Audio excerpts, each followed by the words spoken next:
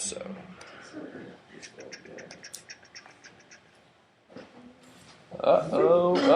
Here we go. Ladies and gentlemen, talking about last night's homework. I think this was page 554 or something like that. We're talking about graphing rational equations. This specific problem says state the equations of the vertical and horizontal asymptotes for each rational function, blah. So I might go a little beyond that. So first of all, I like to actually talk about domain and range for these problems. So the domain of this problem, what x value is not friendly with this? There's some x value that this problem's just like, no, I can't do it. 3. X cannot equal 3, right? We're fine with dividing 0 by something, but we don't like dividing by 0. So 3 minus 3 would be 0. So the domain often also reveals our one of our asymptotes. Here we go. So typically the asymptote will be the equation that x was limited by there. So x equals 3 is the equation of a vertical line right, passing through 3 on the x-axis. Now the range is a little bit tricky. I think I equipped you guys with some skills to determine that yesterday. I don't know if you guys recall, or Friday is when I did that. But it had to do with the fact that when the leading terms were a tie in terms of degree, what was the range or the horizontal asymptote going to exist at? 1. Yeah, it's the ratio of their coefficients. So 1 over 1 is 1. Whereas if this was 2x up here, this would have been 2. Or if this was 3 down on the bottom, it would have been 1/3. Okay, is what that happens to be approaching. So y cannot equal 1. And anytime the denominator has a higher exponent, then it's just straight up 0 is what it's approaching over time. And anytime the numerator has a higher exponent, then it's just like whoosh, going off to infinity. So there's no horizontal asymptote in that case. Even though we didn't have to graph this, I'm just going to summarize this real quick. So what I have here are horizontal asymptote at y equals 1 and vertical asymptote at x equals 3. I'm kind of proud of those, actually. Those came out pretty good. And the graph is probably something like this and like this, although it could also, sometimes you'll have ones like that. Ones like this will often only exist if there was like a squared factor in one of them. It also could have been like this and like this. So the way I would determine that is by actually plugging in some values and trying to figure out what is y approaching as x approaches infinity. What is y approaching as x approaches negative infinity? Is it approaching this value of 1 from above or below is what we'd be interested in. Okay? And sometimes you can figure that out. No, both of those are going to be positive. Yeah, I would actually have to just plug in some numbers and do that. I believe this one might be one of these, is my guess. But let's open up Excel. X minus 1 over x minus 3. I think I have some. Here's this little spreadsheet that I have running. So let's see. So my function is x, which in this world is in the a's column, minus 1 divided by that minus 3. And watch this trick here. If I go down to this little black plus sign, I could click and drag down. Or watch this, if I double click, bam, it just reprograms all of them. What? Excel masters! So, also, by the way, my sons are going to be Excel experts when they're older. Just so you know. What's up? As far as the graph goes, like, how do you know which direction those little bends go? Yeah, that's what I'm doing this here for that, because I don't know for sure. Yeah. Unless you're like a trained professional and you happen to be really familiar with these, which at this point I'm not expecting us to be.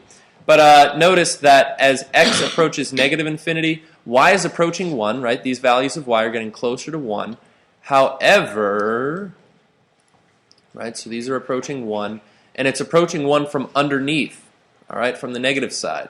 And as x goes to positive infinity, right, 1.28, 1.02, 1.002, 1.002 is probably next if I plug in 10,000. These are also approaching 1, but they're approaching 1 from above. So what that would have told me is this piece and this piece. And then I'd also have to do some analysis right around the vertical axis. And I can see that I do, in fact, have some undefined going on at 3. To the left of it, it's negative, and to the right of it, it's positive. So negative to the left, positive to the right. So I wouldn't have been able to draw this graph without having had this, right? So this is approaching positive infinity there, and this is approaching negative infinity here because of the minus sign. And if I plugged in some values that were even closer to negative 3, like 2.99, this would have been going off like in 2.99999. This would have been way big in the negative direction. And 3.01, 3.001, 3 point lots of O's 1 would be getting closer to positive infinity, like so. So that's how we do that. So how about another question? Should I jump right to 25? I don't know if I summarized a lot of the general concepts there. Oh, 25, nice! Awesome. 25 is exactly what I wanted to talk about. This is a special case that I sent you out into the mathematical wilderness unprepared for intentionally just to see what you guys would think about it. Now, maybe you were able to, bless you, by the way. Maybe you were able to kind of check your answers and try to see what was going on. But let's check the domain. What value of x does this problem despise? What's its kryptonite? -6. -6. All right. So if I plugged in -6 plus 6 is 0, dividing by 0 is no, I can't do it. So that's what's going on there. The range actually might take some further analysis. It sounded like we have a Murloc in the room. For those of you who don't know, that's a character from World of Warcraft, little guy that's like a frog dude. And he goes, Myrtle, Myrtle, Myrtle, Myrtle. Asymptotes. So let's see. Actually, all of our initial things that I kind of showed you are kind of falling apart. I don't think there's actually any asymptotes. And the range thing, based off of our analysis, I see an x squared is bigger than x. So it turns out this is going to be actually like going this way and this way. It's approaching positive infinity and negative infinity. So it's not approaching an asymptote is the issue.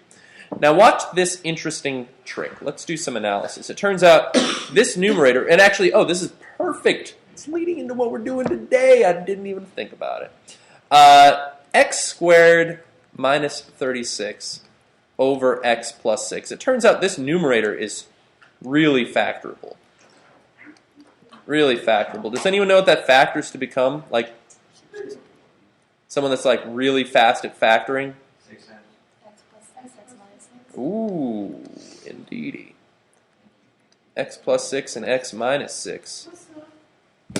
Exactly.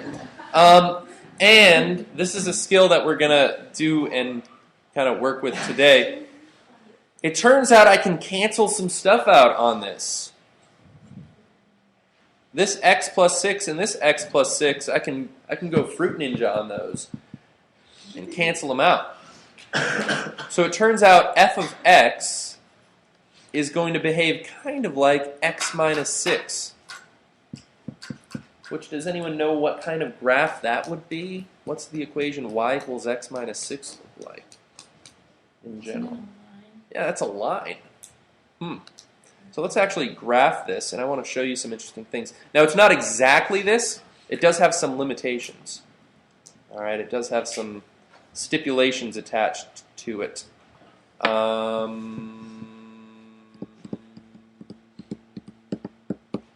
Yep. Okay, so I think I'm gonna have to go down to like -6 here, all the way down to -12 in order to fit what I want to to have the window, well, maybe even a little further, just for fun. To have the window fit what I want. Now that line has a y-intercept at -6, right? So here's my y-intercept. And a slope of what now?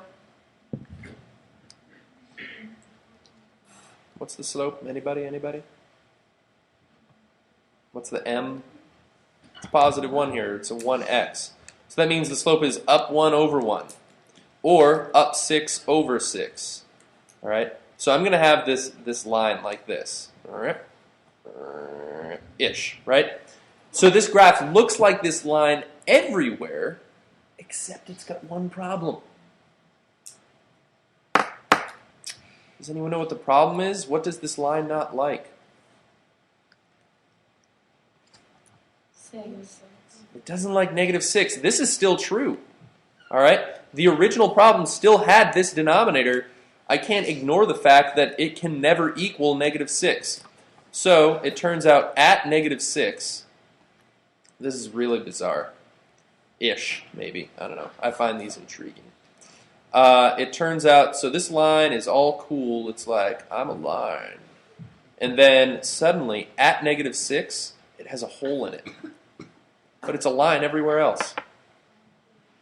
It's got a little hole right at -6. Because it can never equal -6 there. Yeah, so that's kind of weird. So it looks like a line, but it's just got like this one missing piece.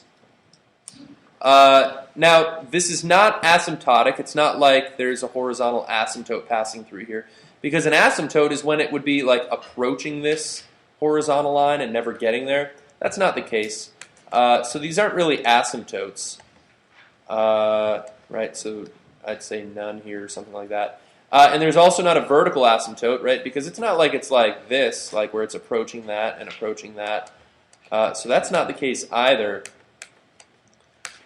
It turns out my domain is accurate, right? X is everything. X exists here, here, here. Does not exist at -6, and then exists everywhere else. How about the range? My graph isn't perfect, but does anyone know? Can Y be everything? Or does Y have a cavity as well?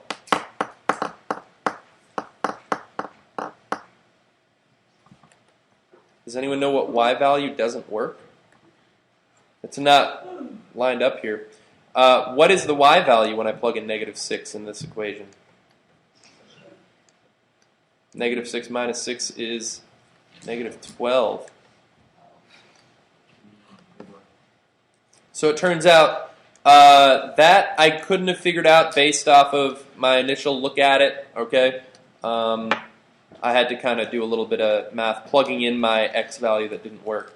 But I see that Y exists everywhere beneath that, everywhere above that, but Y doesn't exist at -12. So I've got that. And that is not an asymptote, like I said, because an asymptote would be approaching a line there, but it isn't. It's just got a hole in the graph. So it's kind of weird. It's also possible for stuff like this to happen if I have like a cubic over a linear polynomial, where you could have a parabola in the end, where it's shaped like a parabola, and then there's just like a hole missing on the parabola. So the same sort of thing can happen in those cases, which is kind of interesting. But so this one is kind of the trick problem on this section, where it didn't quite fit with the other ones, but so that is quite all right. So thank you for watching, everybody. Blah blah blah.